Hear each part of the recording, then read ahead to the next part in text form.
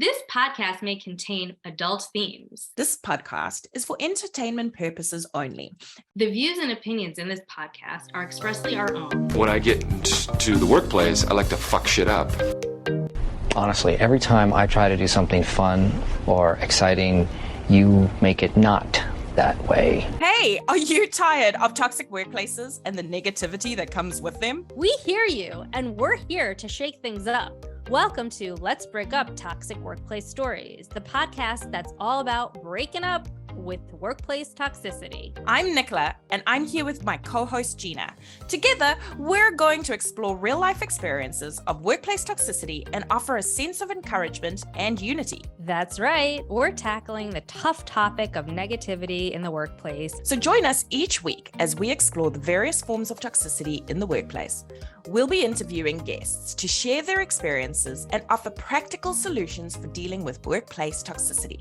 Let's Break Up is quickly becoming the go-to source for anyone looking to share and then ditch the drama and help you break up with those toxic workplaces. Thanks for tuning in, and don't forget to like, subscribe, and tell all your friends. In this week's episode,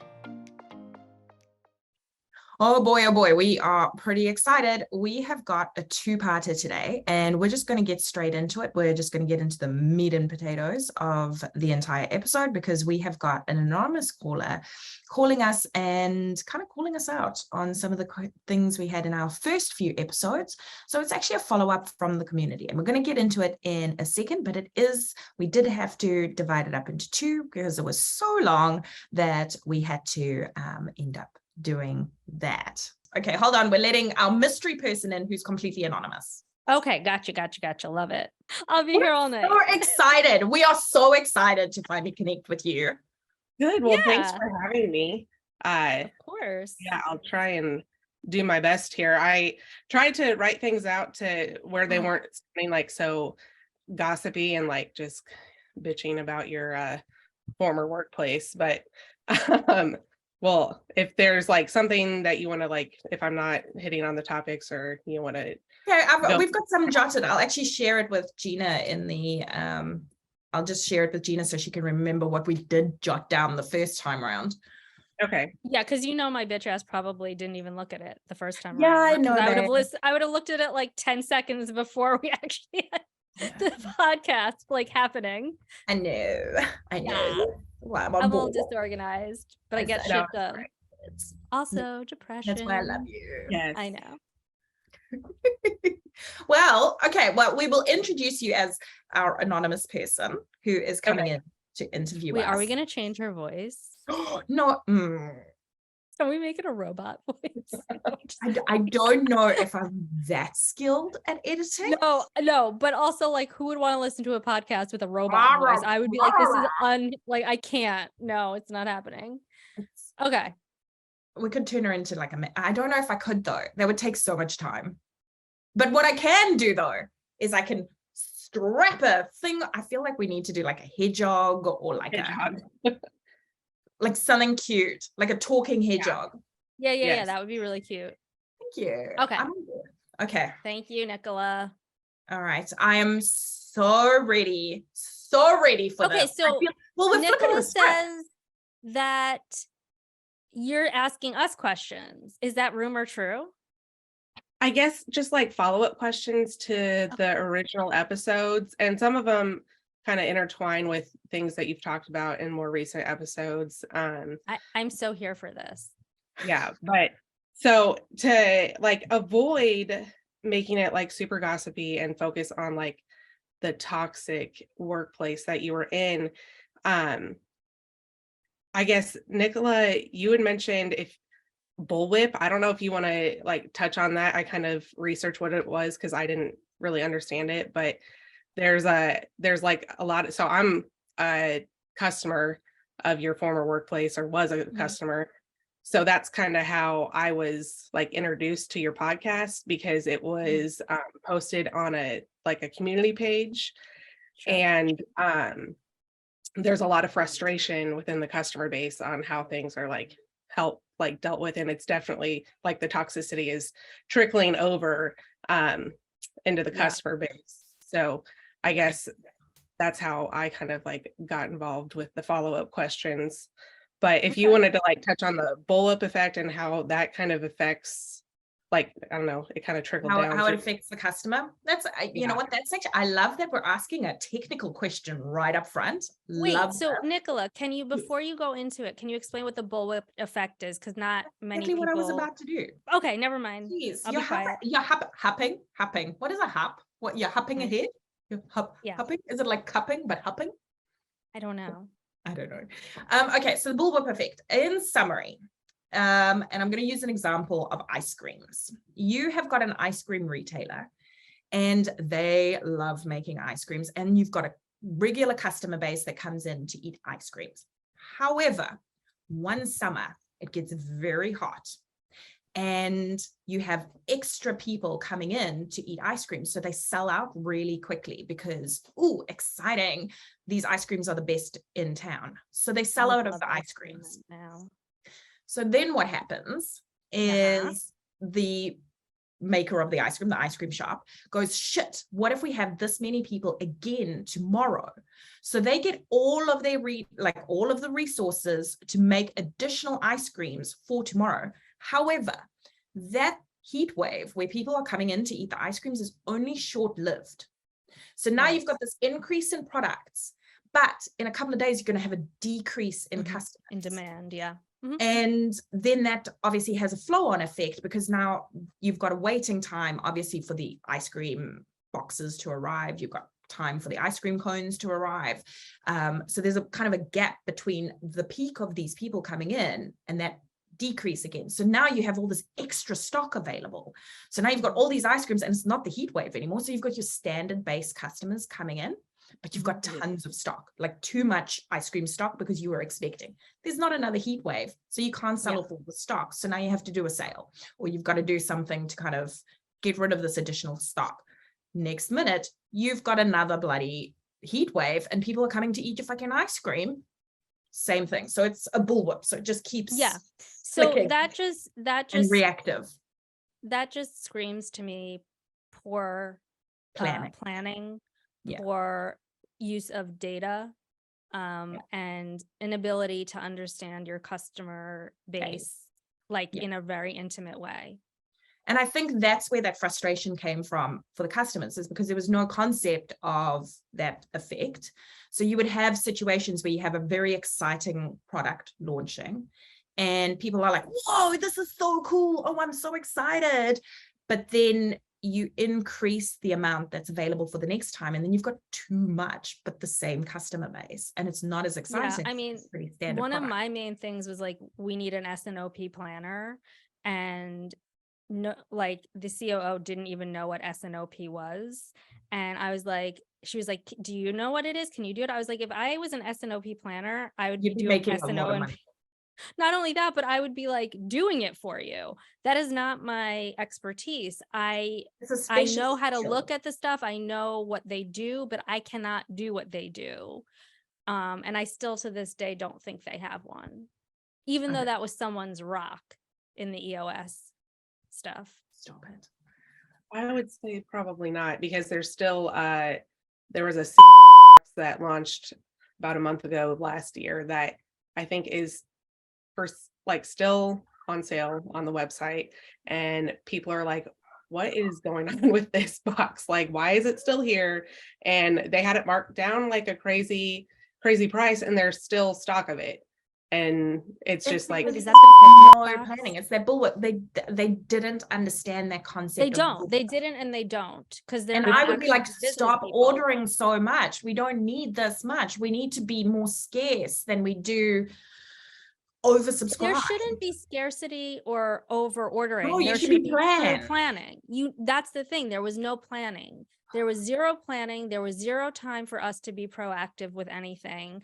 Because I was head of product. So without the product, there's nothing to buy. So how can I make a good product if you're telling me 40 different things and conveniently forgetting something that you asked for and now you don't want it? Like, it was just such a fucking hot mess. And it seemed like there was no organization, because the products that sold like really well, like for example, the that you had come up with that people love and still are trying to get their hands on, they've never restocked or like attempted to restock or like No, let but that's people because I created it and I'm dead to well, yeah. Why would you, dare be associated with you? Yeah, so that was one of my questions, was like what this whole bullwhip effect thing was and like what was going on with their stock, because it seemed all over the board. They've got so much of these things that no one seemed to like, and then other things like sell out and they're never clear or transparent with if they're going to restock or not, and then they blame it on like supply issues. Yeah. Which sometimes actually could be truthful, right? Like sometimes there were issues with supply chain, but at the same time, like not enough to actually create the issues that they have. Yeah, there to be Remember, like, they were like airing everything in and not accounting for that in the cost of the goods yeah, or customs. Yeah. So there's no, I don't understand how they're profiting anyway. I Yes, genuinely carry on. no, We- I don't see them like lasting much longer the way on their current trajectory. But that kind of leads me into my next question, is how, like, did the like nepotism and cronyism ever like come off as a red flag? Because I know you had said that it's kind of like a nice way to learn, kind of trial by fire, but it seemed like as a company of this magnitude, it seemed so irresponsible to put like, your husband or your neighbor's best friend in charge of these things that really need to be dealt with by a true professional. I think, having been there for as long as I did, I appreciate the opportunity that I had to kind of claw my way up the ladder. But I think, absolutely, the nepotism and the cronyism was extreme, and it still is extreme. There's a very small handful of people that are not, like probably two in the entire organization, that are not associated somehow with the core team. Like that are not either related by law or genetics, religious or purposes, not from the religious community, school, high school. And okay, I have to ask though, is the religious church, is it Hillsong? we don't, I would I have don't know. no I would idea. have no idea. Fucking zero idea. And I don't know because I didn't realize that they all knew each other. And I would always go to Nicola and be like, who's this person? And she'd be like, oh, it's so-and-so's like sister-in-law's friend or whatever.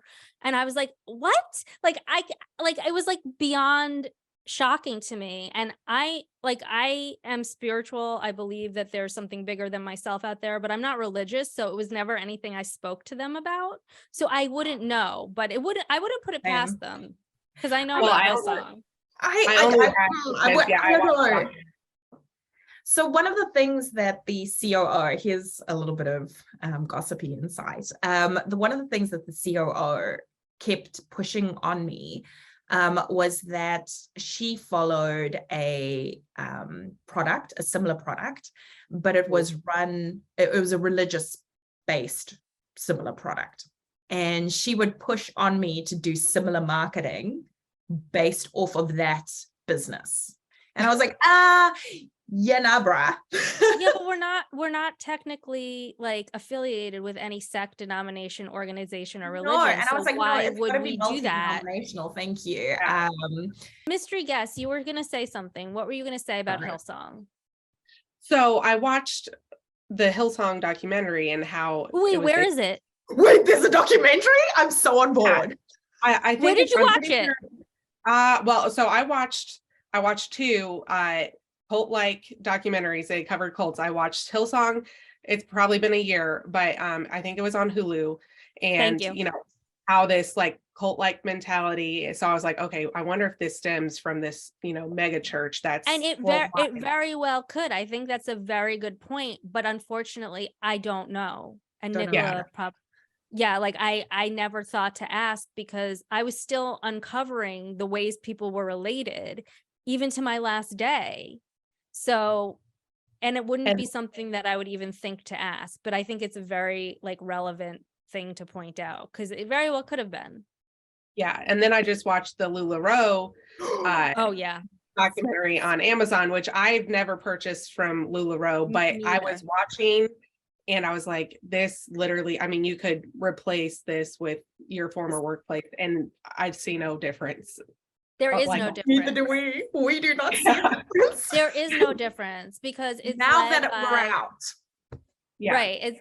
It's led by a charismatic leader who everyone like sucks up to. But at the end of the day, like maybe that would work if she actually had business acumen and was a professional business person. But the just because you have the idea doesn't mean you're automatically going to be good at creating a business out of the idea. And I keep going back to this. You need to hire people who know what they're doing. So when they hired me, it was very clear I knew what I was doing, right, Nicola? Like, I'm not just blowing smoke up my ass. Like, we're honest with each other that you would tell me. I know what I'm doing. I'm extremely good at what I do, and I prove it every day. But they didn't like that. Why? You have to ask yourself why. Because it puts their insecurities into the Well, I into the think they fore, felt right? threatened, like I was going to actually like shape up and ship out the whole thing. But how can I if I'm not the owner? Well, that So- kind of like they preach this, mental health core value, but then they essentially bully you, Gina, into being someone you're not, and then like push you out. And after they essentially ask you for help, because that's what they were doing by hiring you. Right. And the fact that at my like 60-day review or whatever it was, I was asked by the COO, who is half my age with absolutely zero background to have the position she has with like, I don't think she ever had a job before, but yet she was my direct, like I reported directly to her. She asked me if I could handle it. I was so offended. I was like, I'm sorry, can I handle this little fucking shitty company that I've never even heard of before? Meanwhile, I'm interacting with like LVMH, like Shiseido, can you just describe who LVMH is? Because when you said it the first time, like no one. Louis Vuitton, Moet Hennessy, like they own everything. They own like like Sephora, like all these big names. They're huge. So I guess I couldn't handle their podunk company. Okay, so that also leads me into another question. So I know it started off as kind of a one-woman show, but it's since grown quite a bit, it seems like, but they still kind of operate under this guise of a small business. Like, how small are they? Because they can't be that. Look, they don't have more than, let's call it, tops. I wouldn't know now because I've been out for a year. But what would your number be of actually employed salaried people? Employed salaried people, like tops, maybe 10 tops. That's what I would say. But then there's a lot of other players that are either like influencers in the community that are involved, but I don't think they're salaried. Because when I went back to them and said like, hey, you need to offer me Cobra, they said, we don't have 20 people employed. Like that's the law. Yeah. And I didn't realize that because I had no idea who, like there were so many like cooks in the kitchen. I had no idea who would be employed and who would be contracted. So I'd say top 10 tops. But also I think, and kind of talking about that small business, right? They would be huge if they knew how to manage their money, which they do not. So one of my tasks before Gina started was to review the budget and to give every department a budget, right? So I have an MBA. I would hope that I think, sometimes imposter syndrome doesn't help, but I would hope that I kind of know what I'm doing. So one of my tasks was to review the budget, and we were literally bleeding money. And every comment was not around how do we solve bleeding money. It was like, we've got to let people go if we're bleeding this much money. So I said, no, what we need to do is we need to cause like a static line of budgeting that is only for employees and employees' mental health. So that way we stop causing stress on people and saying, we're going to let people go immediately. Oh my God, we can't make, the money. And then work out where it is that we're bleeding money. And the key place we were bleeding money was shipping. That was the first one. And then the second one was like miscellaneous spending, like weird spending, where we just pressed yes on approve everything. And those were the two spots where it was literally just like a sieve leaking out of the business. So if they could get that under control, they would be not a small business anymore. No, But they could do really well. They just could. don't know how. They And don't. when someone like myself or Nicola came in and started like, opening the Picking at it. curtain and saying like, your vendors are shit. You can get this for cheaper. You can make more of a profit, but they don't understand the difference between profit and revenue. They don't understand the idea that there's two different metrics you need to look at. You need to look at cost of goods and cost of goods sold. Right. So they didn't know that. They called everything cost of goods Cogs. sold. Yeah. Right. They called everything cogs. One's a cog, one is a cogs with an S. I had to explain that to them, and they've been in business for 5 years. Why is this my job? Like, and the fact that they never like rolled up the cost properly. They didn't include customs. They didn't include shipping. They didn't include warehousing fees. Like, even if you're just using a standard numeric, like an average for warehousing fees, you're going to get a lot closer to the true cost of that item for the company so that you can put an adequate profit on it. They just would slap the number that we would get from the manufacturing company. Like, let's say you approached me and said, I want 10,000 units of this item, this pencil.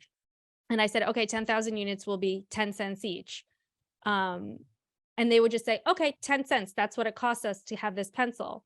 Then they would add 65% markup on it. Meanwhile, they end up losing money because shipping is expensive, duty is expensive, so on and so forth.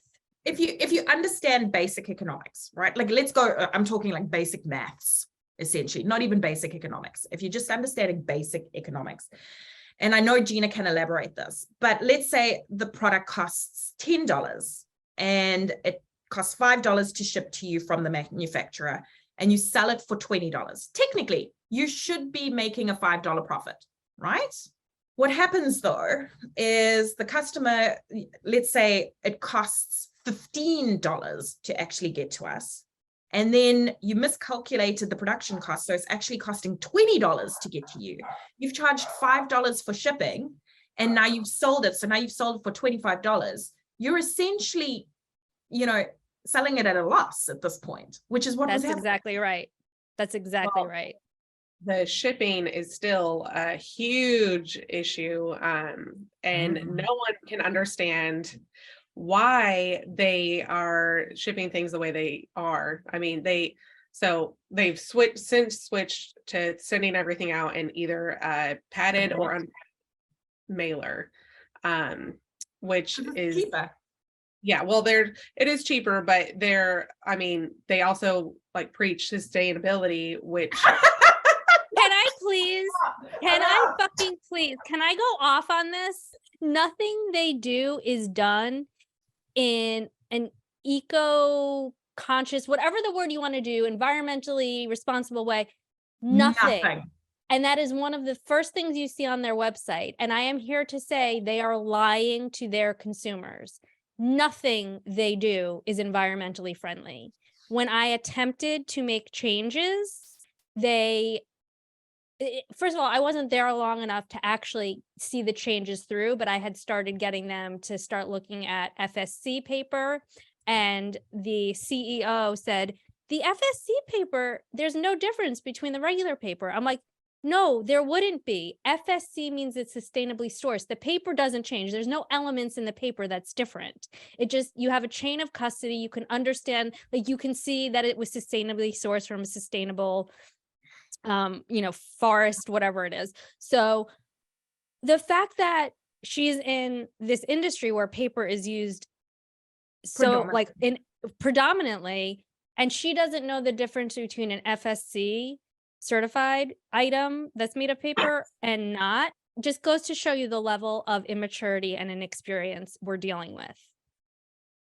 She also thought that one of the paper items was completely on the market, that she made it, and it was a weight of a certain paper, whereas that paper has been readily available on the market for centuries, years and years, like decades, like way before she was born. Like if I said I want X amount of weight, of this paper to any paper supplier, whether it's here, Israel, China, Vietnam, they'd be like, you got it. What color you want?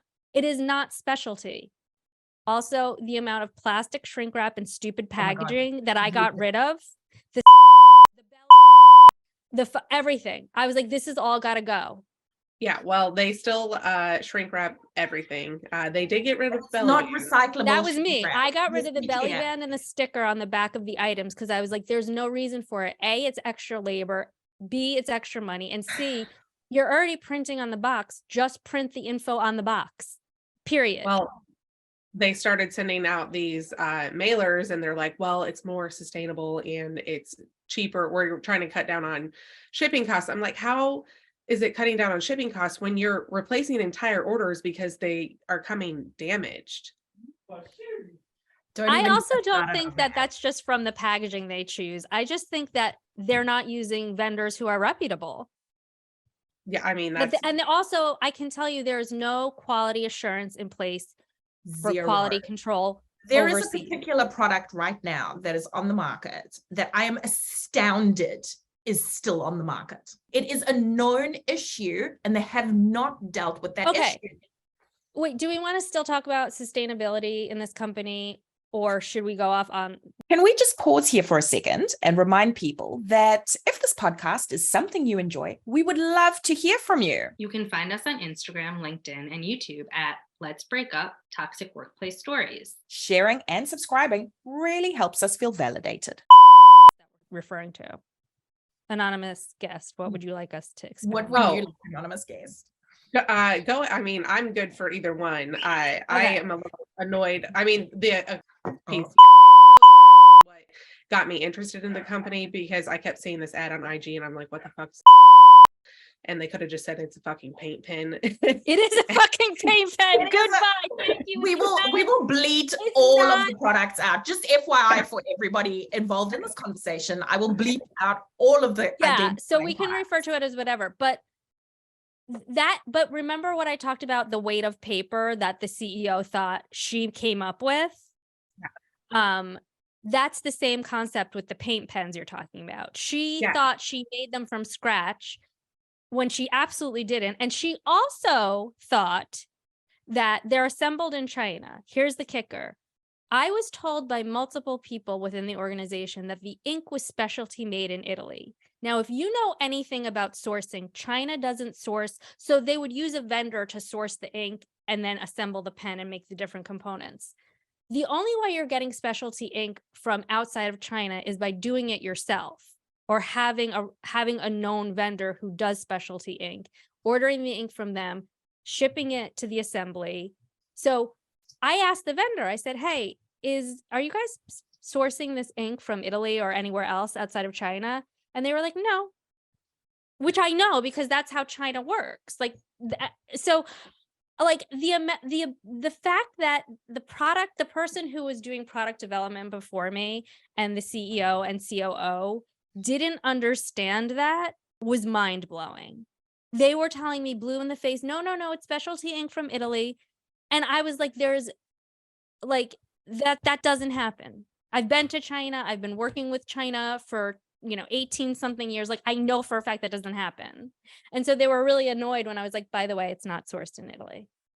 Like, who came up with that fucking rumor, you dumb bitches? Like, it was probably the CEO and COO. Like, it's so fucking stupid. What a waste of my time. Why did I have to go on like a deep dive of that?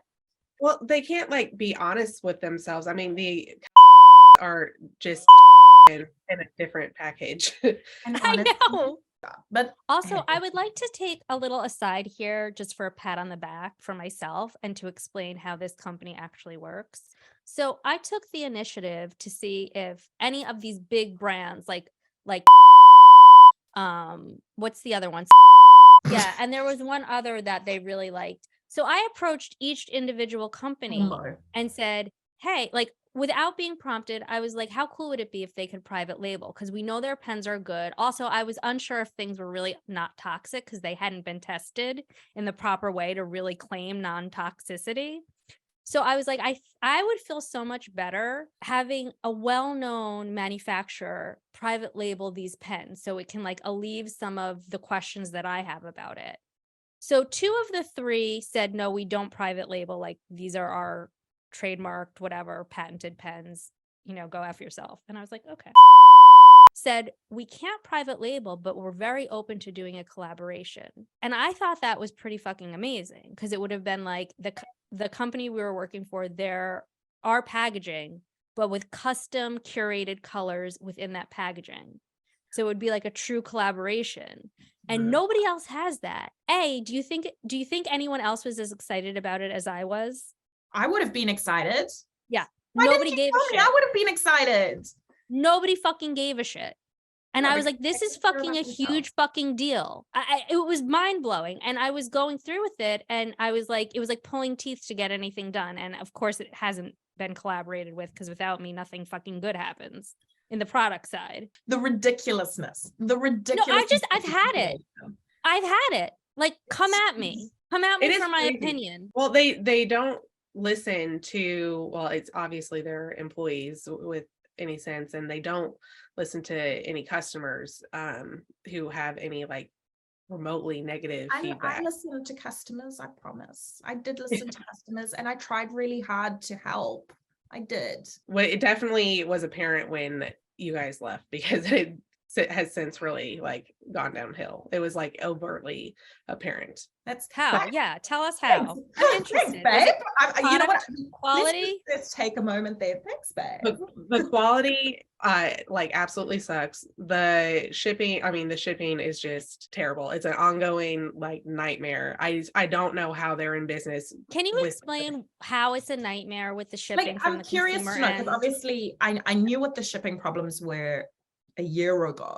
Yeah, and so things might have changed. and I was also very- it's important to know. Yeah, and I was also very clear about how we need to be like, yeah, it costs a little bit more, but we can shave off costs in other places, but we need to put things in boxes because people care about the products that they're I getting. was in the We're process delivering of an experience. making custom boxes that like 3 standard sizes, and then you would just like put it in a recyclable bubble wrap that I was designing. None of that has happened. First of all, the creative director, who is mediocre at best, poo-pooed all of the ideas because they were not on brand. I'm like, oh, is being on brand drawing like a 12-year-old little flowers? Okay, sorry. We're way better than that now. Like, go fuck yourself. Yeah, I love Well, I brought the heat salty today. much. I'm in a shitty mood, so like, I'm like, wow, tell us how I you really know. feel, Well, babe. I fucking went off. But am I wrong, Nicola? No. Okay. No, you're not. So I'm curious to not. know, from a customer's perspective, what is it right now that is the pain point? So I don't know the timeline exactly, but I noticed around this time last year. So I had just signed up for the I got my March it was packaged beautifully, everything was perfect, nothing was damaged. Then I get my June box, and it comes in like a refrigerator box. It is so giant, and then there's like a couple of those air pocket things to protect it. It doesn't like fill the box, but there's a few in there, and it's just like rolling around this huge refrigerator. So it's a box in a box, right? It's a in a bigger box. Yeah. Okay. So that was all right because nothing was damaged, but I was like, why did they ship it in this absurdly large box that's nothing else that is in here? So then my next order, and I don't even remember when I ordered next, but it came in an unpadded mailer, and everything was beat to shit. Everything had dents in it. Not only like the boxes that things came in, but the products inside the boxes were beat up. And that was not like my only experience. That was dozens, if not hundreds of people's experience. Everyone was bitching on these Facebook groups, on these Facebook pages, either run by your company or Associated with. Yeah, associated with. And everyone was very unhappy, but I emailed, customer service and mentioned like, this doesn't seem to be like effective. Maybe we should change it, or maybe you should start shipping things in boxes again. And they're like, thanks for letting us know. And nothing ever changed. Hey, person, so thankful that you reached out to us. We don't give a shit about your opinion. Fuck right off. Regards. Goodbye. Bye. Yeah, and instead of heart emoji.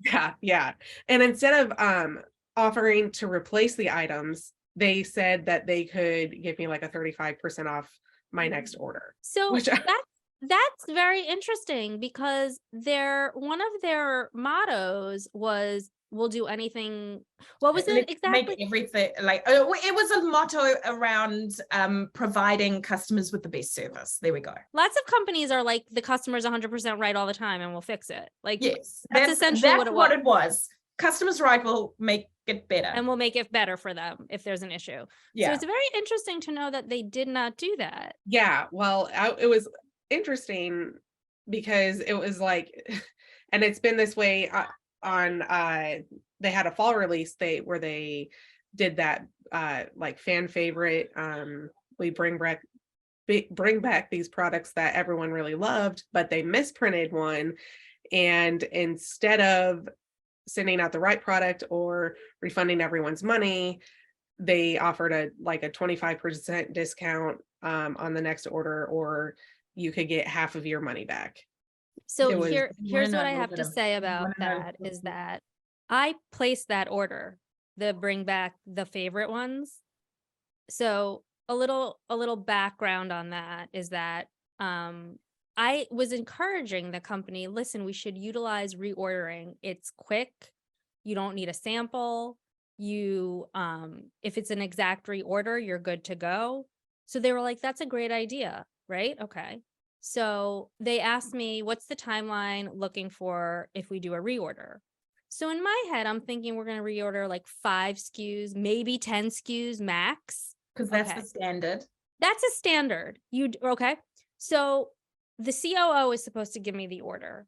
So she's late on giving me the order. When I open the order, it is literally over 200 SKUs. Literally. It took me a full day to get all the purchase orders out to the different vendors. Then I was chastised when I told them, listen, we're not going to make the in-hands date. Like there's no possible way. And I was told, and then the COO went around me to the vendor, bullied him into saying something different, didn't tell me. And then I was told, why didn't I come up with a solution? Does anyone have anything to say about that? How is it my problem when I'm going from thinking one thing, then I open this fucking shit and it's literally 200 SKUs. And I know there's no way in the production industry that you can make that in 10 days and then get it on a boat, even if we're shipping with the fast service, right? How? But yet somehow it was my fault that I didn't give them a solution. In what world is that okay? I would actually like feedback. Crickets? We're not shipping specialists. We're not shipping crickets. No, but I think that is a great indication of what the unrealistic expectations and demands were of this company. Excuse me, can we circle back to unrealistic expectations? Can we please fucking circle back to unrealistic expectations? I just want to reiterate, like 200 SKUs. 200. No, I'm going to reiterate that. I'm going to take that and I'm going to say, let me tell you about unrealistic expectations. There was a particular product that we were going to create specifically for our staff. We're going to stop right here. This is the end of part 1, and we would love for you to head over to part 2. We're going to release it tomorrow morning, so please get ready. We are going to continue this conversation and tell you more about the unrealistic expectations that were placed on us. Thank you for joining us today. If you would like to share your story, we would love to hear from you. Also, leaving a review helps us create more content because it shows us there's an interest in this topic. For those of our listeners who do better with reading, we have closed caption available on YouTube. See you next week, same time and same place.